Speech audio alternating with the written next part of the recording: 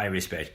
And I appreciate their being willing to stand up. Even Turley and Dershowitz on the legal side, Sekulow, of course, and most of all, our president and vice president, who are standing up for America and saying, no, we must stop the tyranny of the shutdown.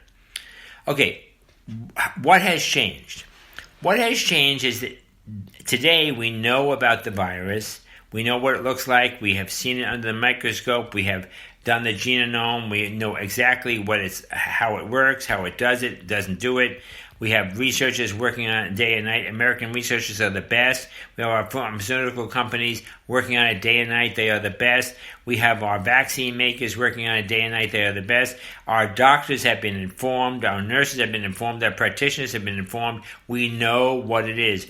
And we also have a metric of how it breaks out. It breaks out in nursing homes. It breaks out among the weak. It breaks out among the elderly. And like Ron DeSantis in Florida has shown us, we can target these areas. Like President Trump recently said, when the fire breaks out, we don't have to shut down the entire nation because there's a fire in one little part of it. We can approach the fire in that part of it, and we can put the fire out, or we can contain it within that area of the fire. We don't have to shut down the whole world because there's a fire in 1 square foot of the world. So we can do this. We are America. We can do it. Now, there's another thing I want to address, and that is this whole entire event produced a mindset among the American people that saw their neighbor as the enemy, the unknown to, I hope it was unknown. Some people, the conspiracy theorists, think it was planned, but okay, be that as it may. Unknown to people is that when we started to say that the other person could bring the COVID-19 germ to you and cause your death, Louis Caputo, I think is a foolish man. You will die because you take hydrochloroquine. That's ridiculous. But, he's a fool anyway, Caputo. Anyway, but the American people were, and we still are, inundated by a propaganda campaign, well-intentioned but misguided, that wants to say that your neighbor, your fellow citizen, your fellow American is a potential cause of death to you. Well, yeah, in a certain sense, that's always been the case. My neighbor could have a knife or a gun. He could hate me. He could not hate me. He could be a psycho. He could be a schizo. He could be a deviant. He could be a sociopath. He could be whatever. And he could try to kill me. We've always dealt with that. That's the whole gun issue, Okay, but be that as it may, the universality of the fear of the other person has become a pandemic of its own. And what I'm trying to say here is we have to learn again to trust each other. Now, we have this voluntarily encouraged wearing of masks. Although the science behind the mask is faulty, although the metrics behind the mask is faulty, although it's very unlikely the mask is at all helpful, even as the social distancing may not be helpful, because it's all based upon academic models in a vacuum without real life testing, and all that good stuff. However, wearing a mask may encourage us to trust each other again.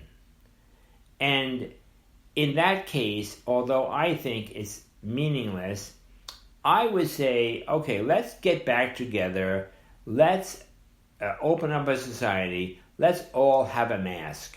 And if the mask makes you feel better, if it encourages you, if it gives you a sense of security, if it makes you believe that your neighbor cares about you and you care about them, therefore you're wearing a mask, then let's have masks. However, not everybody has a sewing machine, not everybody knows how to sew, not everybody can pay the $1 per mask.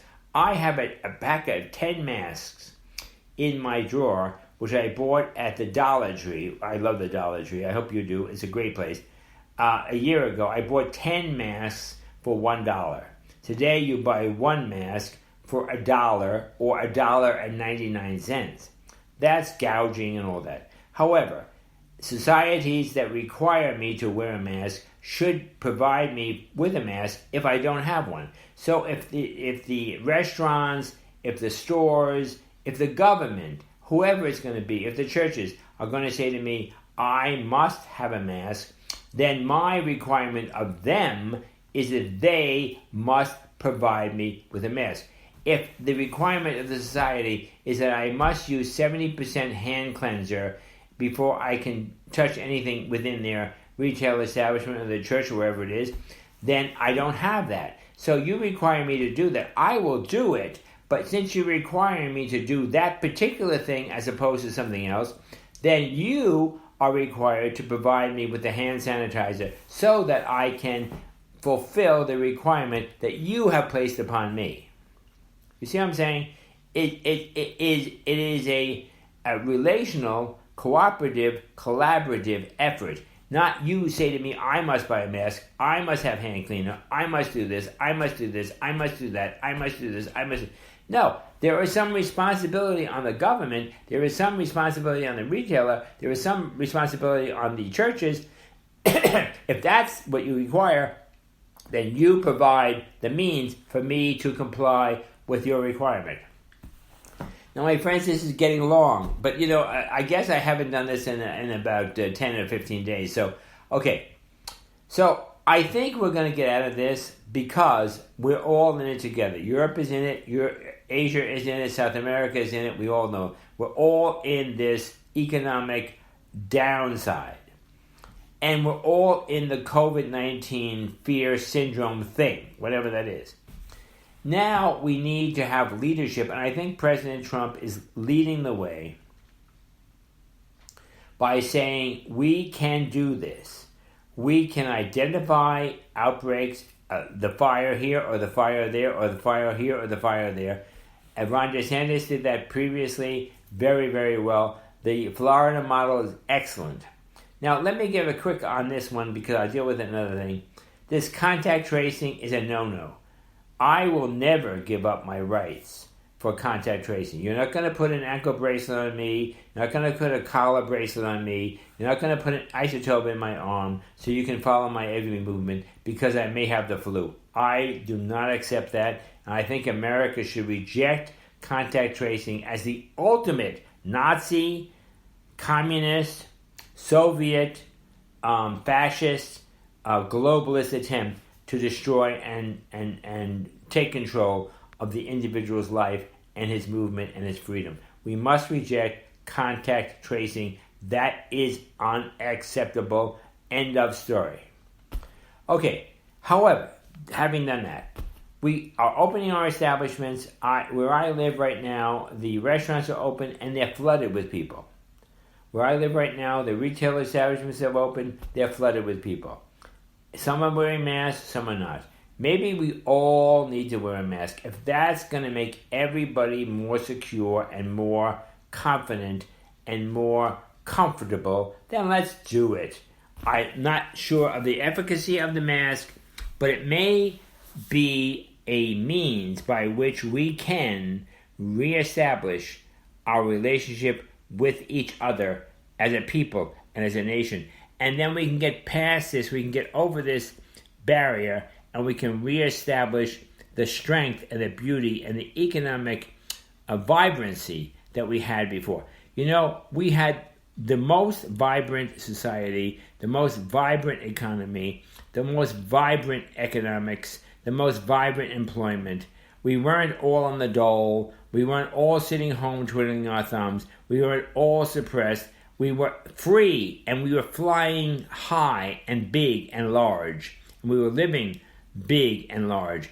And we deserve to do that because we are America, and we are the world, and we are free. And we must not be afraid. Franklin Delano Roosevelt, at the beginning of the Second World War, said, we have nothing to fear but fear itself. And that is true. Nothing to fear but fear itself. And on this Memorial Day weekend, America the Beautiful, Star Spangled Banner, and the like more. We need, please, my friends, to reassert ourselves, to not be afraid. Do not be afraid. The angel said to Mary, do not be afraid. The angel said to the shepherds, do not be afraid.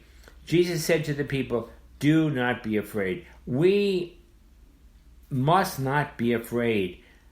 Rather, we need to be intelligent. We need to be informed. We need to be reasonable. We need to be understanding, and we need to be cooperative and collaborative, and we need to move forward with intelligence, not with fear, not with anger, not with all kinds of stereotypical... I saw a video today which troubled me deeply.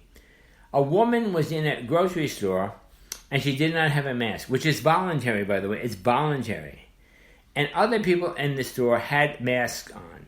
And those people ganged up on this woman. She was a younger woman.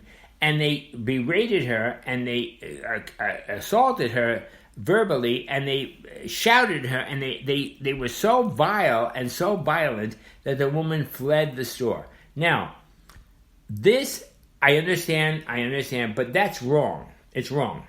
Because where I am, people go into the store, have masks, and some don't have a mask. And I have to agree that the wearing of a mask by everybody is somewhat comforting.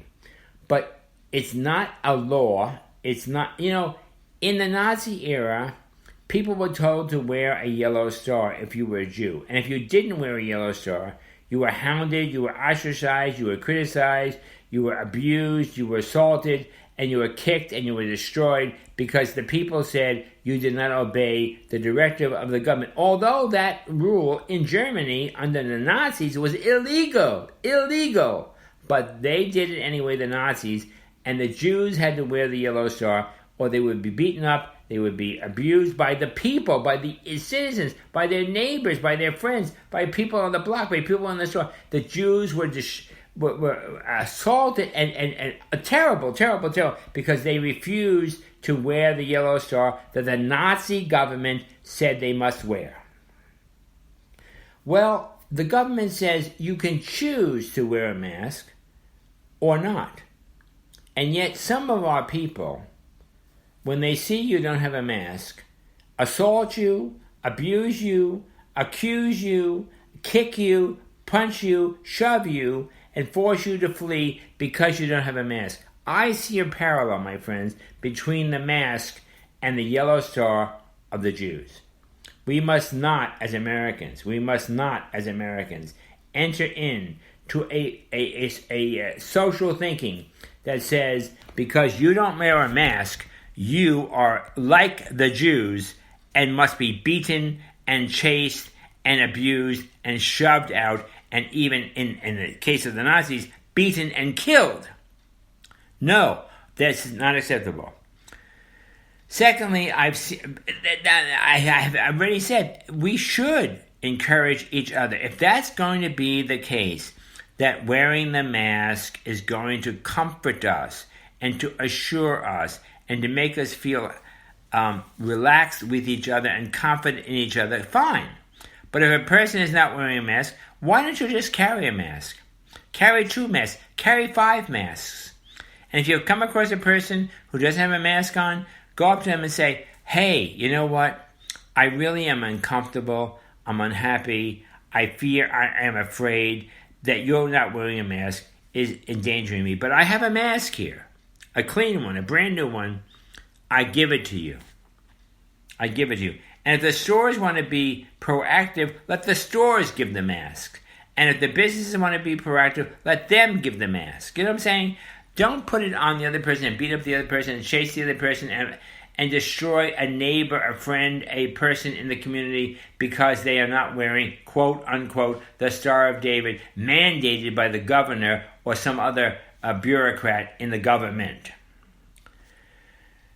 So we can do this, and we can grow out of it. I'm seeing people, literally in my area, wearing a mask in the public, walking in the street. Well, my friends, the science is, there's a lot of questions about the science, period. But there's no doubt that a person walking in the street does not need to wear a mask. Look it up. It's absurd.